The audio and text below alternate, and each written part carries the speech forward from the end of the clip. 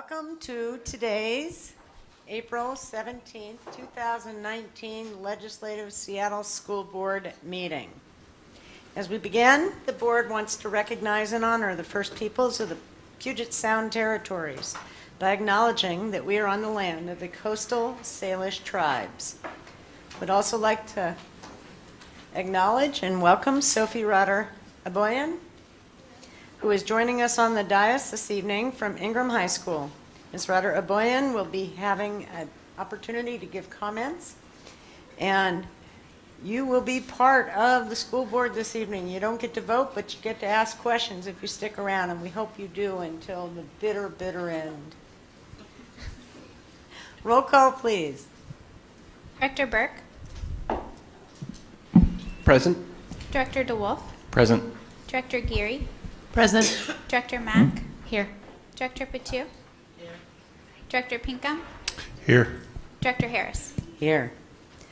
And if those that choose to stand would like to do so, let's have the Pledge of Allegiance.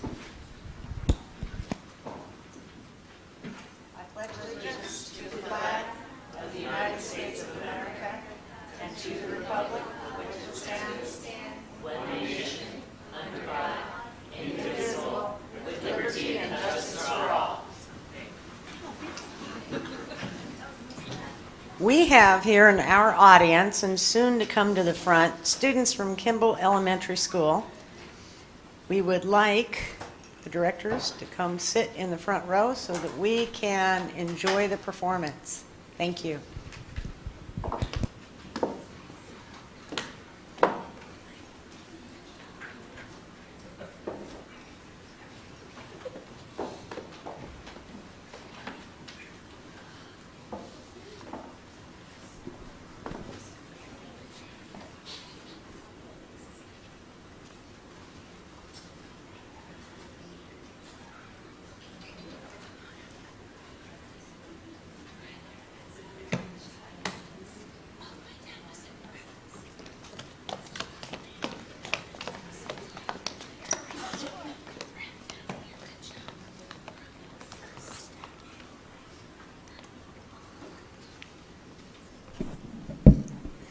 Thank you so much, Board of Directors. We're really glad to be here today.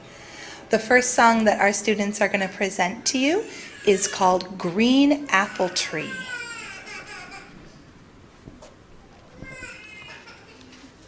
All around the green apple tree, where the grass grows so sweet. Miss Eiler, please turn back your back. We wrote you a letter to turn back your back. So all around the green apple tree, where the grass grows so sweet.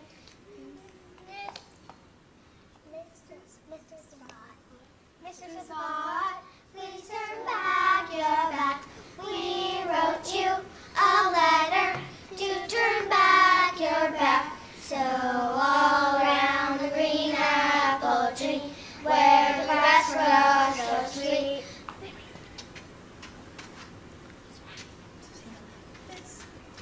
Mr. Max, please turn back your back. We wrote you a letter to turn back your back. So all around the green apple tree, where the grass grows so sweet. Mr. Mack. No, I was too loud. Mr. Mack, please turn back your back. We wrote you a letter to turn back your back. So all around the green apple tree, where the grass grows so sweet. Mr. Shabbat, please turn back your back. We wrote you a letter to turn back your back. So all around the green apple tree, where the grass grows so sweet. Miss Maya, please turn back your back. We wrote you a letter to turn back your back. So all around the green apple tree, where the grass Miss Seiler, please turn back your back. So we wrote you a letter to turn back your back. So all around the green apple tree, where the grass grows so sweet.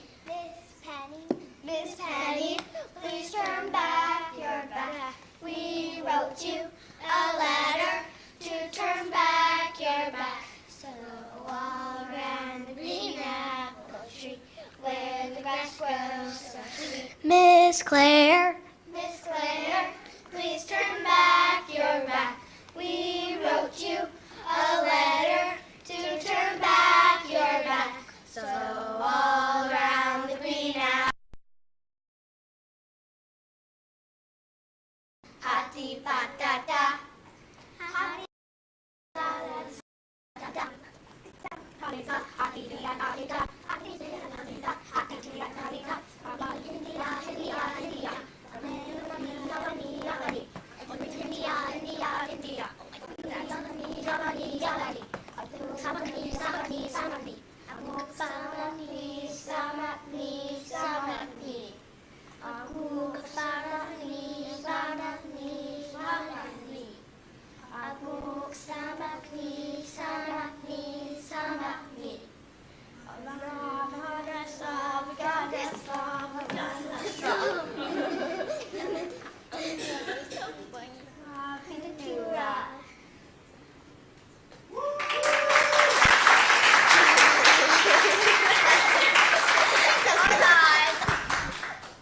That was awesome. We're going to start with your teacher. Ask her to introduce herself. Tell us how long she's been teaching and tell us how long you've been at Kimball. And then we're going to pass the microphone down and you're going to tell us your first name, okay? Thank you. My name is Katie. I've been music teacher at Kimball for 2 years now, and I've been teaching in Seattle for 12 years. My name is Sabat, and I'm in first grade. My name is Max and I'm in first grade. My name is Penny and I am in first grade. My name is Either and I'm in first grade. My name is Maya and I'm in first grade. My name is Josie and I'm in first grade. My name is Claire and I'm in first grade. My name is Mac and I'm in first grade. And you all are rock stars. Thank you so much.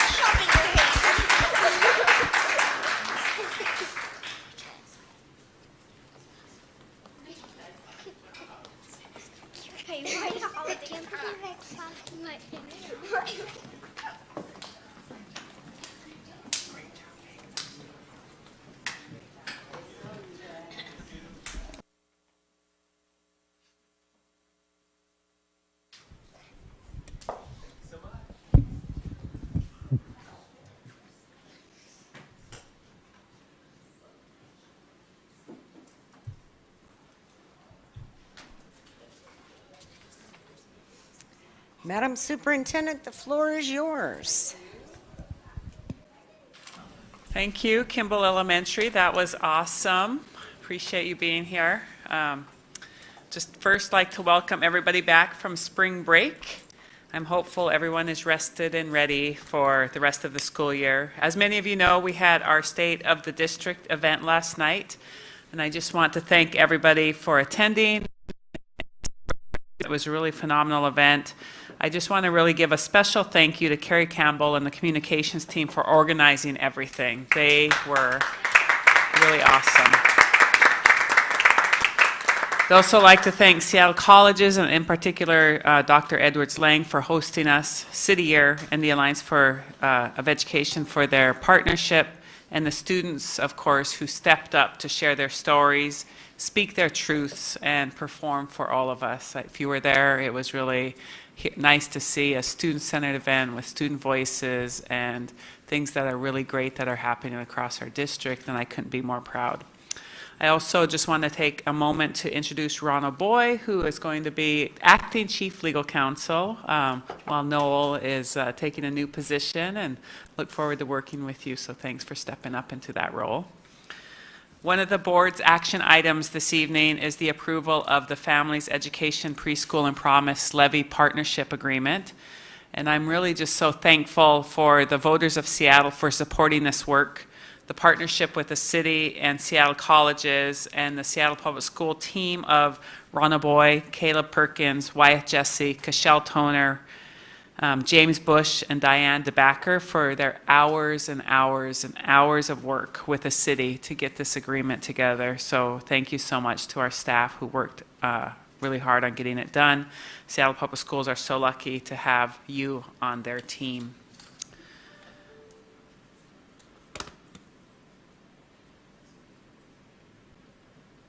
And my usual comments. We held our third Student Advisory Board meeting at Roosevelt High School. The students heard from experts in the fields of special education, health education, Native education, and PBIS from SPS staff who sat with them and talked about some of the issues that they were concerned about and wanted to learn more about. Very powerful day of learning and planning for their projects. I visited with the very inquisitive Cedar Park kindergartners. They had prepared for my visit with interview questions, and so that was fun to hear what they might be interested in learning about. These Decatur students and their principal showed me around the school. They spoke mostly about the social emotional learning that's going on, very powerful stuff. They're working really hard to create a welcoming environment in their school. These West Woodland learners showed me the Iditarod wall. They were tracking all the racers and the dogs and learning more about what that race might be, and so that was pretty fascinating. A lot of women racers, which was kind of fun to see. Whittier Elementary kindergartners reviewed their classroom rules before circle time. We each, because it was International Women's Month, shared an important woman in our life. We sat around in a circle, and I learned it's very, very hard to get up from when you're sitting on the carpet, for me now. That was my learning of the day. This Daniel Bagley student explained his math lesson to me and what was going on. Very articulate young learner. I just want to thank Gail, Brennan, Lisa, Christine, Ryan, and Gordon for sharing their Saturday with the Student Advisory Board. The students and I were so lucky to have you there participating and helping them learn more about what we're doing as a district, how they might be players in those respective areas, and just to learn from each other. We learned a lot, I think, as staff from the students, and the students, of course, learned a lot about what was going on currently. Sacagawea principal shared all of the work she and her team are doing to provide an inclusive environment for all students. Principal Thaxton and her PTA co-chairs showed me around West Woodland. They're working hard to build a longer table by holding affinity group family meetings. After we got up from circle time with kindergartners, Principal Clark showed me around Whittier. The wall behind us is highlighting the important women for International Women's Month and the women that they were studying. Hazel Wolf K-8, Principal Nelson, flew me to the tropics for our school visit. This is actually, this is an E-STEM school, and they have an amazing living wall that students tend to. A lot of garden stuff. It's really neat. Decatur Principal Gohagan has some cool stuff happening as well. And if you visit this school, you'll find out that the cafeteria is set up like the cafeteria at Hogsworth, and so all kinds of Harry Potter things going on.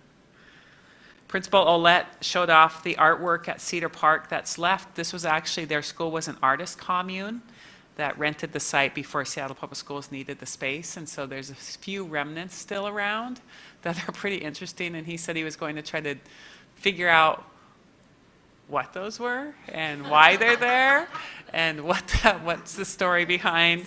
This is at Cedar Park. So there still was an artist commune. So there's still, those things around, and so he's trying to figure out what was happening. Principal Jaska is working hard to ensure all students have a safe, inclusive learning space. They were the dragons. Principal Holmes and Assistant Principal Silver are proud of the work happening at Daniel Bagley. They're very excited to get a new building, so thank you again, Seattle voters, for voting for the levies. Principal Bowers works hard at Green Lake to find space for everyone. This is one of our open concept schools, and it is over capacity, but she and her team are making it work. And all the spaces that are filled to the brim, but there's still a lot of great learning going on. Teachers are learning to team and share space and figure out how great learning can still occur. Just a shout out to our partners, Seattle Libraries and Seattle Housing. This is a picture from the second Somali Families book release at New Holly Gathering Hall. Just a really fun event. These books are all across our district now, created by families, and so really a significant event. I got to meet with King County Council member Larry Gossett. I know all of you know he is a very cool guy. He shared his history as an equity warrior for Seattle Public Schools and the city. Very impressive. So it was really just an honor getting to know him and what he's up to in his work. And as you know, I've been holding transportation think tank meetings. We've had meetings now with some educators, some bus companies, some taxis. Some of our internal groups are coming up. And they've been pretty positive. We've met with King County, Seattle City, so government entities as well that are involved in transportation.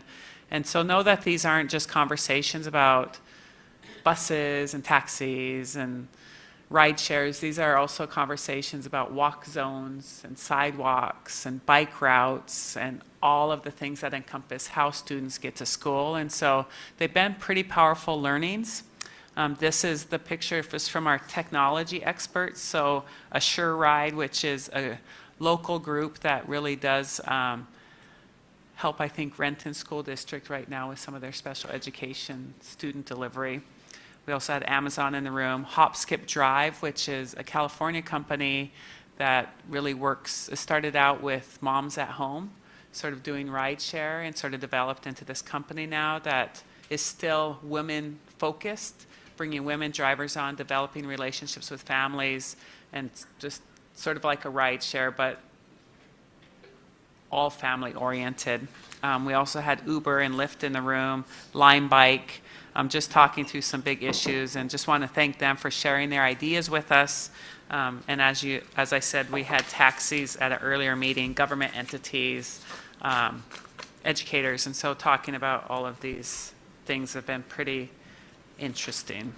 And then the breakfast group, as you know, is a great partner to Seattle Public Schools. They invited me to their breakfast meeting where I shared our new strategic plan. I answered their questions, and so I'm really excited to continue our partnership as we move into this new phase of really focusing on African American males. They've been a great partner in that effort, and just look forward to continuing our partnership with them and the many others who help us out. So thank you, Madam President. Okay, next up is committee reports. Who would like to go first?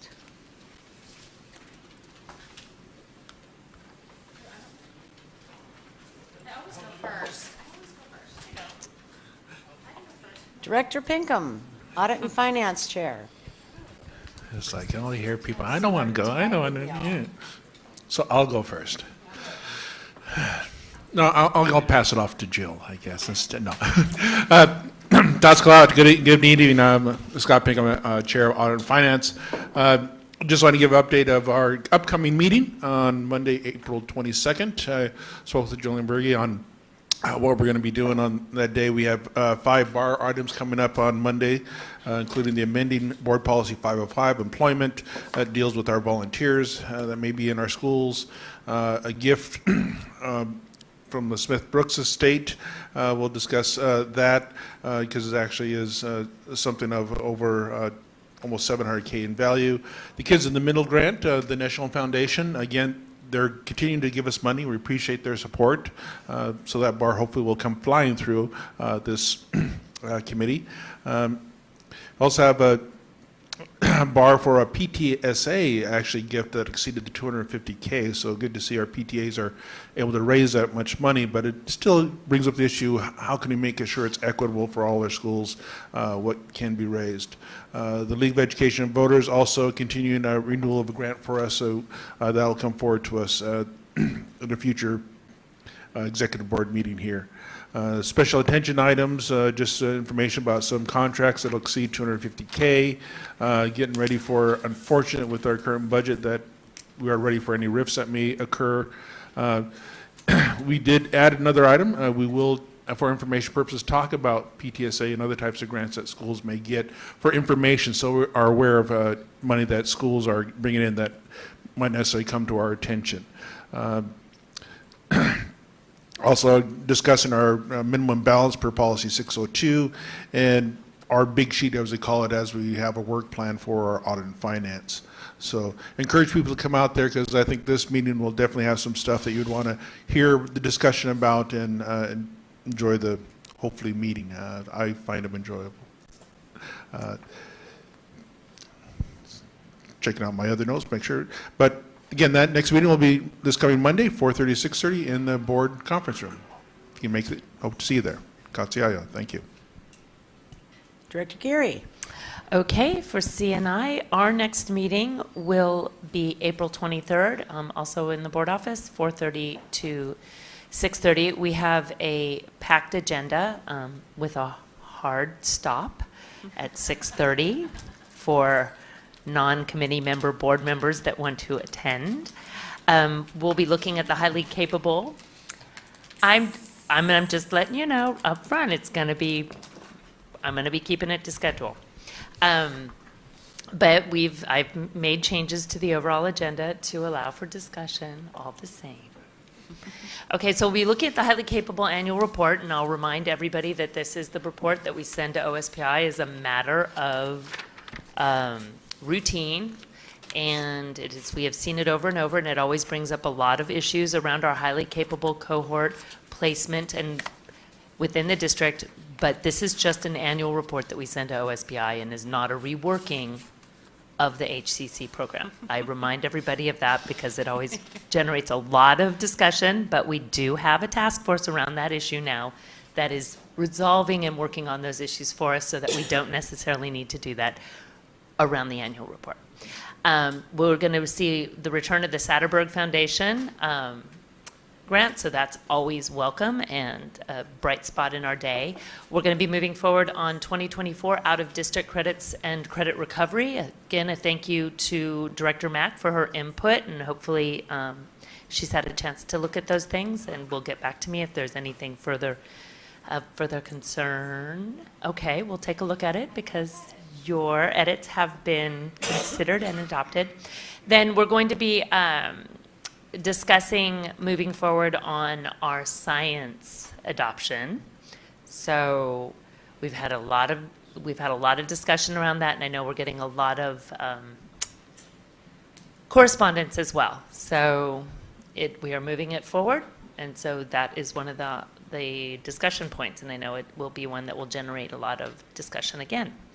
Under our special attention items, we'll be talking about since time immemorial, which we know because we have not moved forward on policy 2015 in amending our policy around the adoption of instructional material. There'll be some discussion about whether or not we will make sure that that is in place for next school year through a resolution process. We know that that's not the desired methodology for curriculum adoption, but we're an attention point of making sure that this important curriculum is implemented as quickly as possible, and also that we produce a really good result on a very important policy. So then in terms of standing agenda items, we'll be taking some, I did find some time there. We're going to get a brief update on 24 credit and secondary revisioning, as well as the Spanish instructional material update. And board policy and procedures, again, we'll be looking at student rights and responsibilities. This is something that comes up pretty much annually, and we always look to make small changes that for better, but not a major overhaul at this point. We'll talk again about 2015, instructional materials, how to move forward on that, and then more regularly scheduled things, equitable access quarterly report, and our tech plan will be a brief introduction with more to follow. So to the extent that on the tech plan that you'll want a more lengthy discussion, there'll be opportunities in future meetings. So that's what we got for CNI, and I'm going to let Director Mack talk about the legislative updates. Director Mack, Chair of Operations and Legislative Liaison and FEP Rep. Can I ask a question first? Of course you may ask a Thank you. question. May I ask? I would just ask a question of the CNI committee. I know that with the resolution of the STI, and there was our Indian Parent Advisory Council asked for a meeting. Is that, part of the engagement? Okay, great. Just wanted to check in. Thanks. Since we're asking questions, I've got one for CNI as well. So can I back up on that? And Please. Director Burke, could you make a little bit more, because I put this on the agenda for discussion, could you make your response more clear to the audience so it's a little more transparent about what your response meant? Yeah, absolutely. I think that there's the Native American Parent Advisory Committee has raised concerns about adopting or implementing a resolution. They're interested in making sure that the program is adopted. Excuse me. So the ongoing communication is how are we aligning language so that this is a resolution that supports common goals and doesn't actually take us in a different direction from where I think the legislative intent and the community desire is for this program. And while we're on CNI still, student rights and responsibilities. I understand that there's been a great deal of work done on student dress codes and that the student advisory group has been discussing that as well. Are we going to be ready to present that for student rights and responsibilities before the next year? And would acting general counsel, soon to be, or are you now acting? Cool.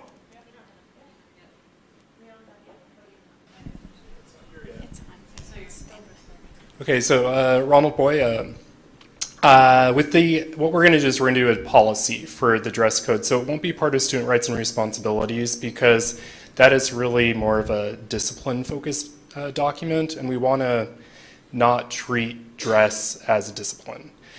So what the plan is that policy is ready to go. We're going to get it on committee so that the timing of it is that it's a fresh policy for the coming school year. I thought it didn't really seem to make sense to do like a new policy that would be implemented for like the last month of school. So we'll start fresh for the next school year with a policy that's fair and reflective of the needs of our students. And training at STI in August about it for our leaders. Hopefully, if I can get time, yeah. There you go. Director Mack. Just out of curiosity, we've been hearing from various schools around bathroom policies, and I'm wondering if that fits into this policy or somewhere else. It would be somewhere else, but I think that's a good discussion to have. In terms of access to, so it does not fit into the student rights and responsibilities, or where in policy would it? So it would not fit into student rights and responsibilities. I think that we could talk about if we wanted to do a restroom policy. Again, student rights and responsibilities is focused on student behavior, and restrooms would be separate from that. Make sense? Thank you very much. Okay, thank you. Appreciate that we didn't give you notice. Director Mack, take it away. Well, thank you. I'm going to not talk about my the FEP LOC liaison role because we're going to be talking about the partnership agreement in a bit. So let's see, starting off, the legislative update, there's less than 2 weeks before they're supposed to finish. April 28th is when the legislature is supposed to finish their work and be done, which means these last couple weeks are actually a bit crazy. Budget is the last thing to happen. Unfortunately, I don't think we're seeing that we're getting the budget that we're going to need. But we did see that there's a few bills that passed. 1139 on educator workforce supply has passed. High school graduation requirements and pathways, 1599 has passed. The questions around the SEB funding, the employee health care is still ongoing. The SPED funding is still not resolved, and it's even what's on the table is not, unfortunately, it's not sufficient. So that's not great news, but there's some good news in there with the passage of those couple of things. I wanted to let my colleagues know that WASDA's new position proposals are open now for the 2020 legislative session. You start the process of actually setting what the legislative agenda is for WASDA now. And they're due May 10th, so there's some time. So if there's any kind of position proposal that my colleagues feel like we should put forward or work on, would love to know if we should do that or not. Can I ask a question on WASDA Sure. and positions? Sure. A letter was written to the Superintendent of Public Instruction recently by WASDA. Not sure I agree with it, quite frankly. Where did that come from? Did that come from a back room someplace? Did that come from an executive committee? Did that go out for a vote? You can't have all the representatives pencil whipping and editing one document, but I'm curious as to how WASDA, which is a quasi-governmental agency, is speaking for us. So are you referring to a press release related to both WASA and WASDA joining together and writing a joint statement around putting guardrails around salary with the levy, correct? Is that the... That's exactly what I'm referring to. That's the one you're talking to? Yeah. So that letter was not, that didn't come to the legislative committee directly, didn't come to me directly and ask whether or not I actually approved of that action, or there was no, as far as I know, there's no vote. I think we were informed that they were having conversation, but I didn't know about it ahead of time. There are hundreds of position statements, and you can find them all online for WASDA. They've, some of them have been there for a long time. There are position statements that talk about, one of them is that we have asked to have a salary schedule at the state because that went away. And there is a position statement that does reference having, some guardrails essentially around salaries. But I don't, I can't answer your question, and I can say that I don't know that I fully agree with that personally myself. But I don't know that they were acting outside of the purview of the entire organization's positions.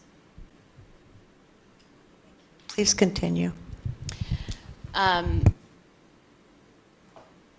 So related to that, I mean, if there was some sort of position that we wanted to try to put forward and have adopted by the full WASDA, we could do that, and we need to submit by May 10th. And that would be adopted over the next year. So moving on to operations, we have our meeting coming up tomorrow, and it's a packed agenda again, as per normal. On our standing agenda items, we have our committee work plan, and one thing that we've had conversations around is that we likely need to request a full work session around the student assignment plan and boundaries. We have a work session coming up on May 8th around the capital program, semi-annual report, and capacity enrollment evaluation. And I don't think in that one we're going to be able to get to the conversation of what proposed changes are on the table and what community engagement's been going on around the needed changes for the next cycle, because come the fall, we end up voting on the new student assignment transition plan, and that those conversations with the communities around the boundaries and program movements and that kind of thing is, you know, kind of ongoing now. So I think that it might be helpful for us to have a work session related to that in early June or late May, if that's possible. So we're going to talk about that in committee and see what folks think, and then offer that up to the executive committee for consideration. Under special attention items, we did move things around, so we actually have special attention items coming underneath our standing items. So we have the BEX BTA Oversight Committee Semi-Annual Report. The chair, John Palewitz, is going to come and talk about the work that they do. Mr. Richard Best is going to talk about the portables plan that's ongoing. And to Superintendent Juneau's point around the think tank work that's been going around the transportation, Fred's kind of going to give us an update around what, you know, what's been talked about and, you know, where things are and what's happening with that conversation at this point. So I appreciate that there has been work going on to look at our transportation issues and kind of move some things forward. We're going to hear from Mr. Scoura on water quality and what the district is doing to respond to some concerns around some of the faucets around the district. There's an article in the paper a while ago, and the district has plans and is moving forward to make some improvements, and so we're going to hear about what that is, which is great. We have several construction-related board actions. E.C. Hughes, Lincoln High School, Blaine K-8, Roosevelt, Ballard, and West Seattle. And then we're going to have some board policy discussion around 3 WASDA model policies that have been suggested. Mr. Boyd is going to present these. One is on the notification of juvenile offenders. So that'll be an interesting conversation. And then unmanned aircraft system and model aircraft. This is kind of a curious one to come to us, but it's been, you know, it's strongly recommended that we need to adopt this, and as well as surveillance cameras. And I think that that's probably, if we don't have something around surveillance cameras and what our policies are on privacy, it's good that we get that in place. So that's great. And then we're at the end of the meeting, and hopefully we don't run late, and we might. We will be talking again about the facilities planning policy 6900 and 6901, which is our 6901 is our current planning policy around facilities, but it's focused on just levies, and 6900 is more broad around facilities planning. And so we're looking at adopting 6901 and maintaining adopting 6900 and maintaining 6901, but having it be focused on the levy planning portion, and then the facilities master planning sorts of topics would fall under the 6900. And in that same conversation, we're talking about how it would be really useful to get an advisory committee going around facilities master planning, because we have, you know, a $1.4 billion levy that we're going to be implementing, and there's a lot of boundary conversations and enrollment, and over the past 6 years, we've spun up, I think, 6 different task forces at different times on that topic, on boundaries and enrollment planning and all of that. And I know as a board member, I would find it very helpful to have some additional support in the decision making from an advisory committee. So we're going to talk about that a little bit, about whether or not it should be slotted into the policy or should be just standalone, but that's the meeting. Any questions for me? Okay. Any other report outs from my colleagues? Okay, executive committee, and we've been meeting more, your executive committee members, Director Burke, Director DeWolf, Superintendent Juneau. We've been focusing our conversations on board staff communication, and if you'll recall, these are ongoing conversations and terribly important. We're revising, reading, and figuring out what the pragmatic, real-life, boots-on-the-ground consequences are of those policies, and trying to be collaborative and strategic and creative as to how we keep this ship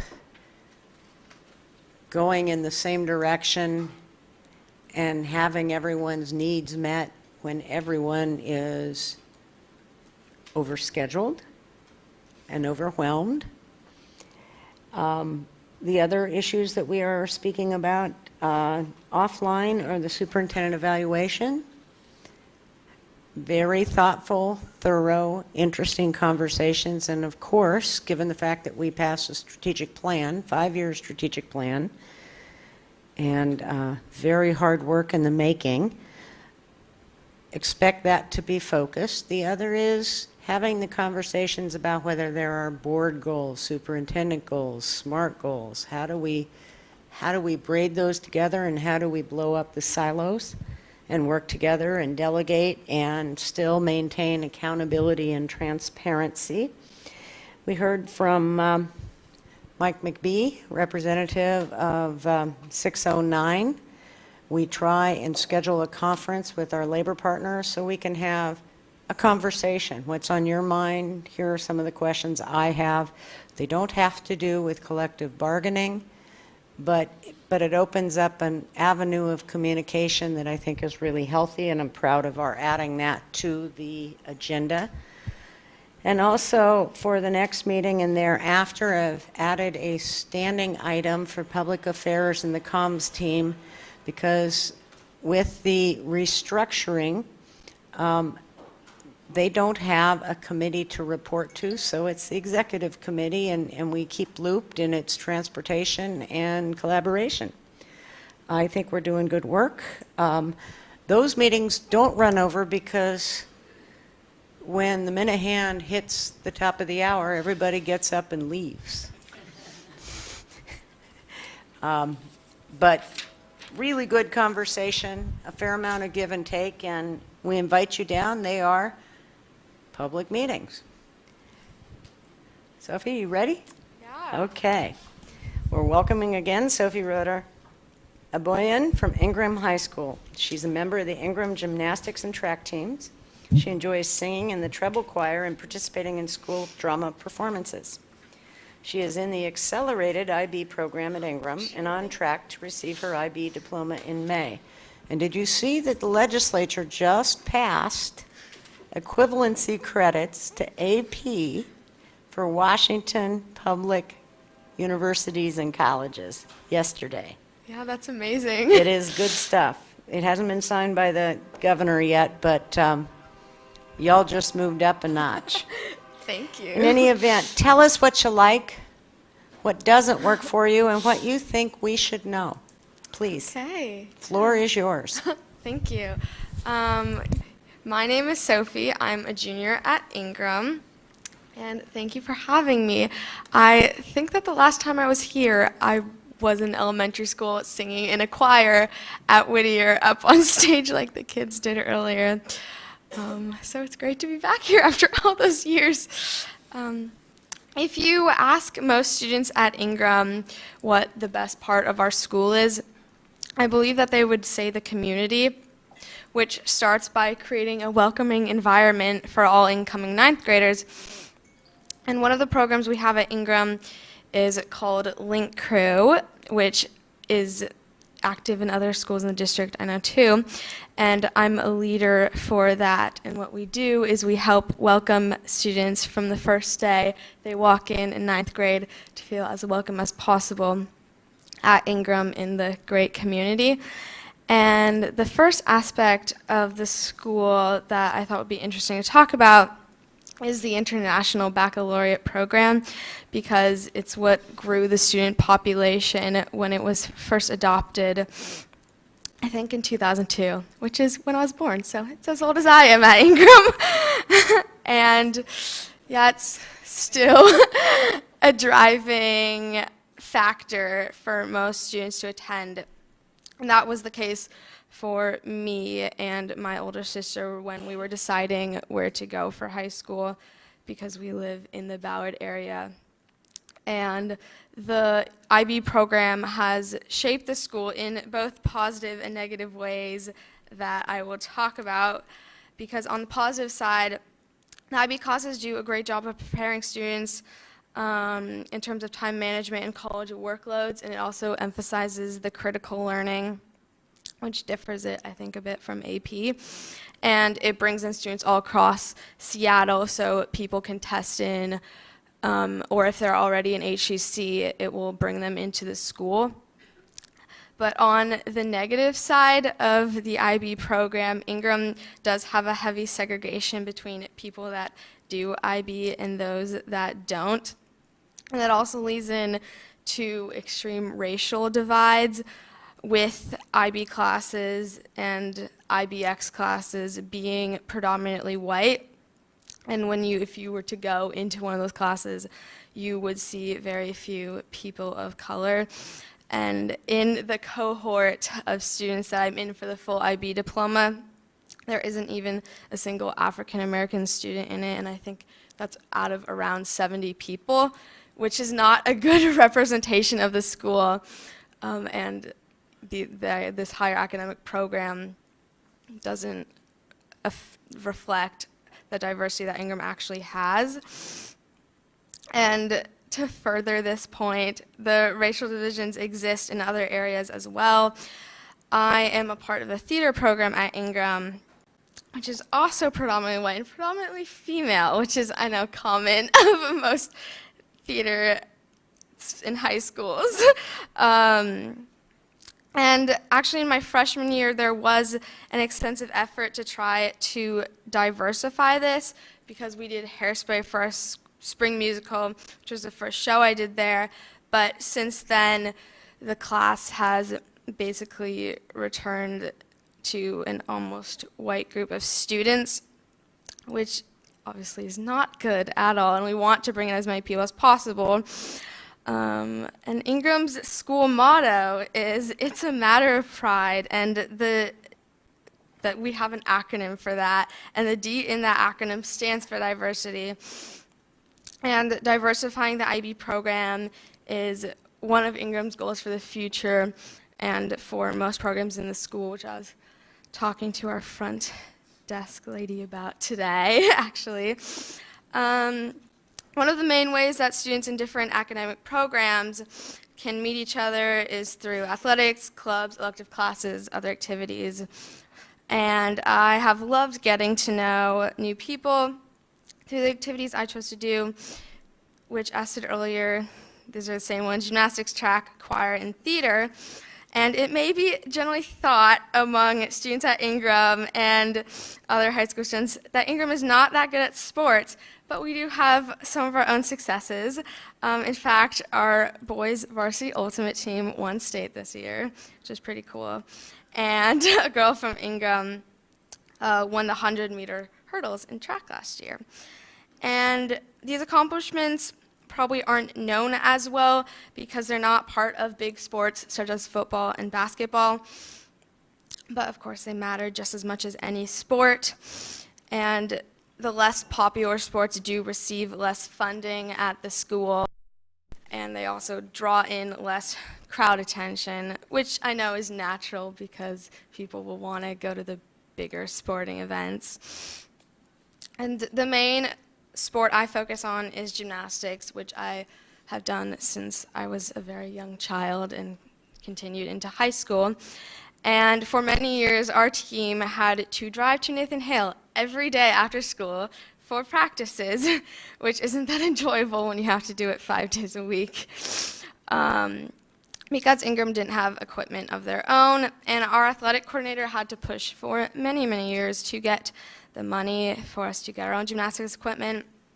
And we got stuff delivered to the school at the end of this season, and hopefully next year we'll be able to practice in our own gym for the first time in a very long time. I think they had equipment a long time ago, but then gave it away. So that was great to get a grant for that. And with very rigorous academic programs at Ingram, managing mental health issues are a big part for every student's experience, especially for those in the IB program, just because of the nature of the more higher expectations in the classes. And we do have counselors at the school we can speak with, but many students don't take advantage of that opportunity. And I think that better educating the students at our school on the various roles of adults within the counseling department could help us avoid mental health problems for some people. And Ingram's Teen Health Center is a great resource for students when they need to talk to a trusted adult in confidentiality. And I want to further encourage students to utilize this. This also goes for myself. And in terms of other big news for the school, Ingram is opening a new building next year in the fall of 2019, which will increase capacity by up to 500 students. And I think the building is going well. The construction is very loud during our classes, especially the ones that are closer to it. But we look forward to seeing that next year. Yeah, that's all I had planned to talk about. So if anyone has questions, feel free to ask me. And do we have some questions from our colleagues this evening? Director Pinkham. I actually asked you this question before you started, but what are your plans? You mentioned something about early childhood education, and I was trying to see if you were going to become a teacher, but can you share your plans after high school? Yes, I plan on going to college and hopefully majoring in psychology or something in the neuroscience field, because that's what I'm interested in. And the reason why is because I want to work with young children when I'm older, like in early childhood development or education. And I even have a job now at the Little Gym, which works on developing gymnastic skills and social emotional learning of young kids. So I want to keep working on that when I'm older, maybe become a teacher. Okay, make sure you stick around for our first business action item, because we'll have the folks from the Seattle Department of Early Learning and Education here, the Seattle Pre-K nationally renowned program, and you can probably hire yourself a mentor. Okay. And we'll back you up. Thank you. Back you up and point you over. Thank you so very much. Jill, Gary, please. Well, thank you for coming and speaking, and I wanted to thank you for recognizing in your school some of the issues around the lack of diversity in the programming. That's something that we're taking very seriously. And I'm going to ask you this, and it's okay if you don't know, but I'm just going to ask you to create a little bit of awareness around it. And that is, in attempting as students to increase the diversity in something you do have control over, maybe the club level, is there anybody in your school, or is there anywhere for you to go in your school to get help on how to do that effectively? Because I think, being given the task to bridge a divide when clearly what it is that you're involved in is not already enticing people in can be a really hard thing to do. And so where would you go in your school for that kind of help? Or do you not know? And would you like that kind of help to be available? I guess I don't know. Yeah. I've talked to teachers sometimes just in casual conversations about lack of diversity in programs, but I've never gone to the school administration and asked about it. But that would be interesting to do, yeah. It's really hard, and I'm just going to acknowledge how hard it is, because we can make our best effort, but unless we ask the people we want to invite what it is that's missing from what we're doing that would welcome them, you're probably not going to be able to come up with the answers on your own. But that's a really hard thing for a high schooler to grapple with, because it's a really hard thing for adults to grapple with. So maybe you can go back to your administration and raise that question. How are we supposed to do it without some training and help and facilitating. But thank you so much for coming. Thank you. Yeah. Director DeWolf. Thank you, President Harris. I have 2 questions. So my first question is probably a simple one. How do you get to school? I drive. Okay, cool. How long does it take you to get to school? About 15 minutes maybe. Okay. It depends on if I pick other people Ah, up or not, and That's great. if they're Carpool, late. that's great. My second question is about you said you're in the IB program? Yes. So how much homework do you have? Like, what's a day in the life of, do you still get to have any semblance of enjoying your youth? What's your homework rigor like? It very much depends on the day, but I would say I do over an hour every day, and then some days are a lot longer, and I try to get a lot done on the weekends just for time management purposes. I would say I have some life outside of school. It is definitely hard, and it gets very stressful with the course load. But I think that once everything's done, you're glad you did it. And then my last question is, how do you do self-care? Given that you just described, you do a lot of homework, and then you make sure to do homework on the weekends. How are you, making sure to take care of your mental health and your emotional health? I try to set aside time to do anything else that's not school related, or if I'm getting super stretched with an assignment, I will just put it down, walk away, go walk outside or watch TV or something just to clear my mind, I guess. Terrific. Now, we need to take a break because of the video system needs to be reset, and we will be back here at 5:30 for public testimony. Thank you.